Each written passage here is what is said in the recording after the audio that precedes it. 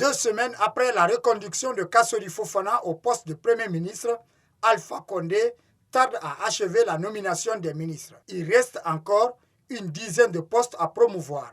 Un retard qui n'aurait pas sa raison d'être dans un pays où les citoyens tirent le diable par sa queue, estime cet analyste politique. Le parti au pouvoir aussi, les gens s'attendent aussi de toute façon à leur émergence politique à travers cette formation du gouvernement. Mais l'un dans l'autre, puisque la nomination des ministres relève du pouvoir discrétionnaire du président de la République, il est libre de nommer qui il veut et quand il veut, bien entendu. C'est vrai que cela n'est pas sans conséquences politiques que nous voyons aujourd'hui. Comme vous l'avez dit, il y a quand même les mécontents dans le parti. Ça, c'est un. De deux, et n'oubliez pas aussi que cela a ses conséquences par rapport à l'arrêt total aujourd'hui du pays, parce que ça ne fonctionne pas.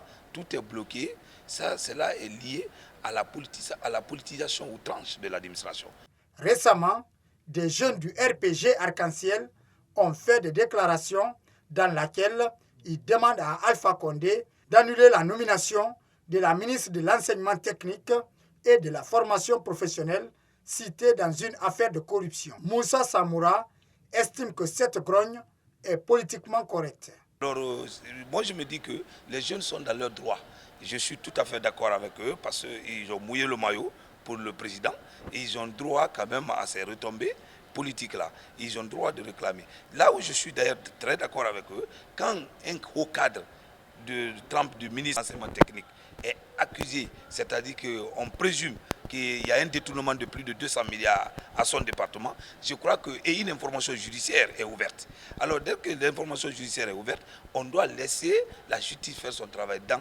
Et pour une mesure de conservation, le président ne devait pas la reconduire, devait laisser d'abord la justice faire son travail.